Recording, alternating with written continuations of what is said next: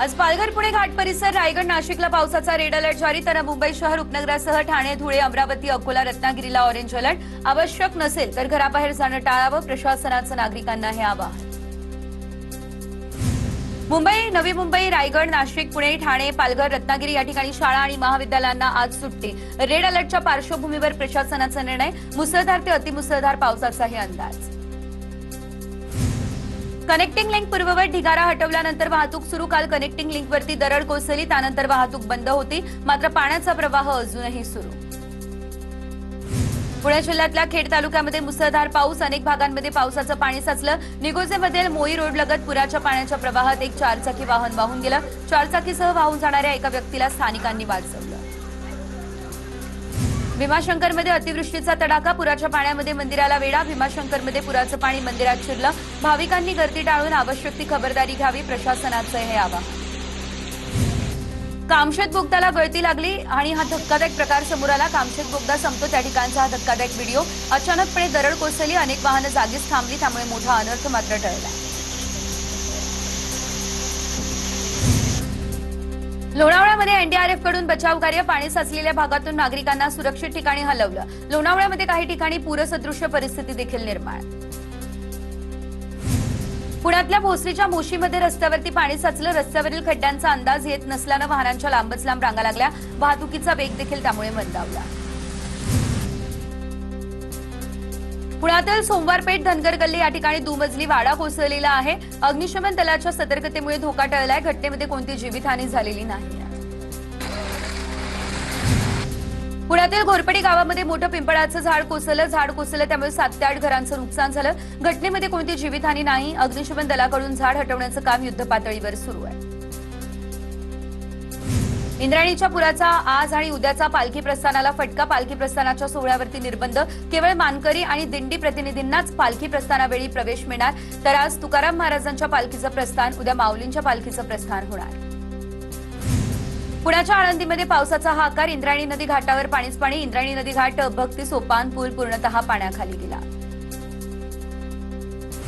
राज्यात सध्या मुसळधार पाऊस अनेक नद्या दुथडी भरून वाहत आहे मात्र पंढरपूरमध्ये चंद्रभागा नदी अजूनही कोरडी असल्याचं चित्र। पवित्र स्नानासाठी चंद्रभागेत पुरेसं पाणी नाही। भाविकांना गुडघाभर पाण्यातच स्नान करण्याची वेळ। पुण्यातील धायरी पुलाला तडे गेले या संदर्भातला व्हिडिओ समोर आला। पुण्यात सलग 4 दिवसांपासून मुसळधार पावसाची हजेरी। सिंधुदुर्गमध्ये मुंबई गोवा महामार्गावर आंब्याचं झाड कोसळलं। कंत्राटदाराच्या पथकानं झाड तोडून महामार्गावरून बाजूला केलं। घटनेमध्ये सुदैवानं कुठली जीवितहानी झालेली नाही। रायगडच्या तुळशी खुर्द गावाजवळ दरड कोसळली आहे। महाड विनेरे तुळशीखिंड राज्यमार्ग काही काळासाठी बंद। दरडीमुळे खेडकडे जाणारी वाहनं देखील बंद करण्यात आली। एसटी बस अडकल्या। जेसीबीच्या साह्यानं दरड हटवण्याचं काम युद्धपातळीवर सुरू आहे। महाडजवळ सावित्री नदीवरील आंबेत पूल वाहतुकीसाठी बंद। नागरिकांनी या मार्गाचा वापर टाळून पर्यायी मार्गाचा वापर करावा प्रशासनाकडून नागरिकांना हे आवाहन। रायगडच्या पोलादपूरमधील क्षेत्रपाल गावामध्ये दरड कोसळली आहे। गावाचा संपर्क तुटलेल्या जीवितहानी टळली आहे। क्षेत्रपाल गावाचा मुख्य रस्त्यासोबतचा आणि शेजारच्या परिसरासोबतचा संपर्क पूर्णतः खंडित झाला आहे। चिपळूणमध्ये बाजारपेठेत अर्बन बँकेसमोर झाड कोसळलं। झाड कोसळल्यानं काही काळासाठी वाहतूक ठप्प झाली। या घटनेत कुठली जीवितहानी झालेली नाही आहे। पावसामुळे सिन्नर पंचायत समितीच्या छताला गळती लागली आहे। कार्यालय परिसरामध्ये पाणी साचले। ग्रामीण भागातून येणाऱ्या नागरिकांना साचलेल्या पाण्यातून येण्याची वेळ येते। नागरिकांचा तीव्र संताप या ठिकाणी बघायला मिळतोय। नाशिकच्या कळवण तालुक्यामध्ये ढगफुटी सदृश्य पाऊस झालाय। नदी नाले ओढे दुथडी भरून वाहत आहे। रस्त्यावरून पाणी वाहू लागले त्यामुळे नागरिकांची रस्ता ओलांडताना कसरत होतीये। नाशिकच्या बागलाण तालुक्यामध्ये जोरदार पाऊस होतोय। मुसळधार पावसामुळे सालेर किल्ला परिसरात धबधबे प्रवाहित झाले। निसर्गाचं हे विहंगम रूप बघण्यासाठी पर्यटकांची पावलं सालेर किल्ल्याकडे वळत आहेत। साक्री शिर्डी या मार्गावरील भावड बारीघाट रेड अलर्टमुळे बंद झालाय। ढगफुटी सदृश्य पावसामुळे 48 तासांसाठी भावड बारीघाट वाहतुकीसाठी बंद करण्यात आला। घाट परिसरामध्ये दरडी कोसळण्याचा धोका लक्षात घेता हा निर्णय घेण्यात आला आहे। इगतपुरी मंत्री गिरीश महाजन यांच्याकडून पाहणी करण्यात आलेली आहे। तर महामार्ग आणि शहरातील विविध भागामध्ये महाजनांनी पाहणी केली। गिरीश महाजन यांच्याकडून अधिकारी आणि कर्मचाऱ्यांना मार्गदर्शक सूचना देखील करण्यात आलेल्या आहेत। मुंबई आग्रा राष्ट्रीय महामार्गावरील पुलावर मोठं भगदाड पडलं। नाशिकच्या मालेगाव जवळची ही घटना आहे। राष्ट्रीय महामार्ग प्राधिकरण विभागाकडून दुर्लक्ष मात्र केलं जात आहे। मुंबई नाशिक महामार्गावरील पोद्दार शाळेसमोर पाणी साचलं। महामार्गाची उंची वाढली त्यामुळे शाळेच्या आवारामध्ये पाणी शिरलं। शाळेच्या गेटसमोर असलेलं विद्युत रोहित्र पण पाण्यात गेलं। खबरदारीचा उपाय म्हणून गेट बंद करण्यात आला। नाशिकच्या लासलगावमध्ये जोरदार पावसानं हजेरी लावली। कालपर्यंत लासलगावमध्ये एकूण 104 मिमी इतक्या पावसाची नोंद होती। अतिवृष्टीचा वसई विरार शहर महापालिकेच्या आपत्ती नियंत्रण कक्षाला फटका बसला। पालिकेच्या नियंत्रण कक्षातील भ्रमणध्वनी काही तांत्रिक अडचणींमुळे बंद झाला। नागरिकांनी पर्यायी नंबरवरती मदतीसाठी संपर्क साधण्याचं पालिकेने आवाहन केलं। वसई विरार या ठिकाणच्या महापालिकेला पाण्याचा वेढा बसलेला आहे। महापालिकेच्या मुख्य प्रवेशद्वाराजवळ कमरे इतकं पाणी साचलं असल्याचं पाहायला मिळतंय। पालघरमध्ये आता मुसळधार पाऊस होतोय। पालघरच्या घोलविरा परिसराला तलावाचं स्वरूप आलेलं आहे। घोलविरा परिसरातील अनेक रस्ते पाण्याखाली गेलेले आहेत।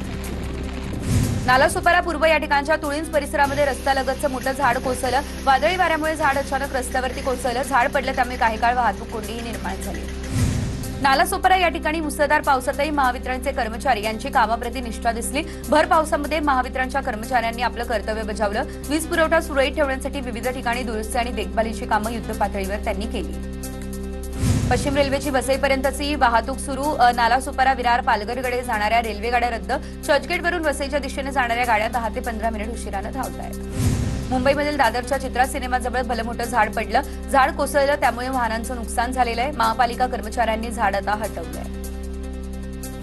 उल्हास नदीतील गाळामुळे कल्याणमध्ये 12 तास पाणीपुरवठा बंद आहे। मोहने उदंचन केंद्रातील पंपांच्या स्ट्रेनरमध्ये कचरा साचलाय। उदंचन केंद्रातील पंपाचा फ्लो कमी झाला त्यामुळे दुरुस्ती कामाला सुरुवात झाली आहे। नालासोपारा परिसरामध्ये मुसळधार पाऊस होतोय तर या पावसामुळे आता रेल्वे रुळांवरती पावसाचं पाणी भरलं। रेल्वे सेवा ठप्प झाली। नालासोपाऱ्यामध्ये नागरिकांचे आतोनात हाल होत आहेत। नालासोपाऱ्यातील विजयबाग परिसरामध्ये अनेक सोसायट्यांमध्ये कमरेपेक्षा जास्त पाणी साचलं। तानिया टाउन परिसरातील अनेक सोसायट्यांमध्ये पाणी शिरलं। राजनगर परिसरातील सोसायट्यांमध्ये देखील पावसाचं पाणी शिरलेलं आहे। 5 दिवस पुण्यातील पाणी कपात रद्द। 12 जुलैपर्यंत नियमित पाणी येणार। आळंदीमधील पूरस्थितीमुळे वारकरी पुण्यामध्ये थांबण्याची शक्यता आहे। यामुळे महापालिकेचा वारकऱ्यांसाठी नियमित पाणी उपलब्ध करून देण्याचा निर्णय आहे। पुण्याच्या महापौर मंजुषा नागपुरे यांनी ही माहिती दिलेली आहे।